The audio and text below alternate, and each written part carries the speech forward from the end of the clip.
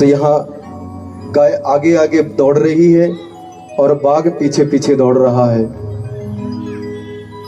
बाघ अपना शिकार करने के लिए दौड़ रहा है और गाय बचने के लिए दौड़ रही है। और दौड़ते दौड़ते एक सरोवर के किनारे पहुंच जाते हैं। उस सरोवर के किनारे जाके गाय रुकती नहीं है, बचने के लिए दौड़ती है। उस सरोवर में पानी नहीं था, जल नहीं था, वो सरोवर दलदल था। गाय बचने के लिए बड़ी तेज दौड़ के दलदल के अंदर फंसती हुई चली गई और बाघ भी पीछे पीछे शिकार के लिए गाय के पीछे दलदल में बाघ भी फंस गए।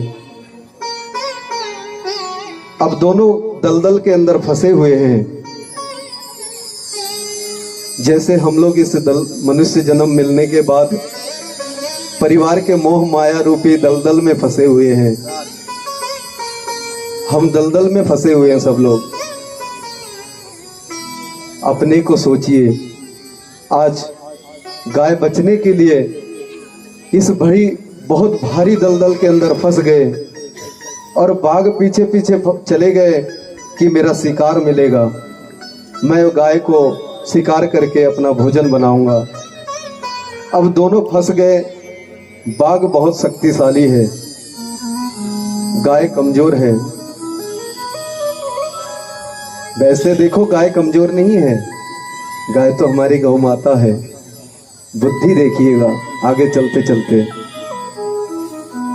अब गाय मुस्कुरा रही है, लेकिन बाघ को बड़ा चिंता है कि मैं शक्तिशाली हूं, कीचड़ में फंस गया हूं, कैसे निकलूंगा?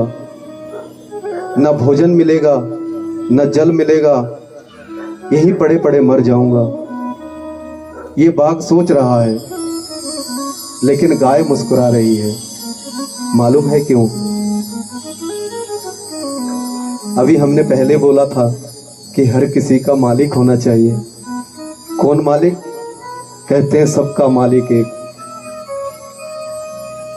इसीलिए मालिक बनाना है, सबका मालिक होना बहुत आवश्यक है। बाघ ने पूछा कि बहन, तुम तो मेरे से कमजोर हो और तुम भी फंस गई, मैं भी फंस गया, यहां दोनों मर जाएंगे, परंतु तुम हंस रही हो और मेरे को चिंता हो रहा है कि मैं मर जाऊंगा। देखिए, सभी को एक दिन मर जाना है, इस दलदल से बाहर निकलना पड़ेगा।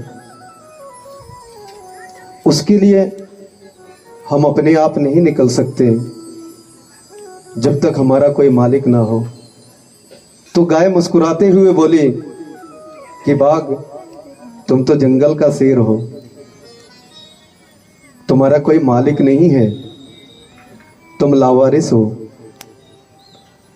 इस दुनिया में जो लावारिस है उसके साथ बहुत कठिनाई है, और जिसका मालिक है, कहते नहीं, जाको राखे साइया मार सके ना कोई।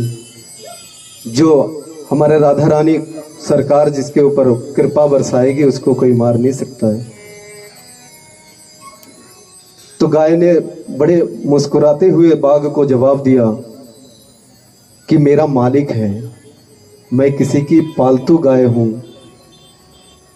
शाम तक मैं घर नहीं पहुंचूंगी तो मेरा मालिक ढूंढते हुआ आएगा और मेरे को बचा के ले जाएगा।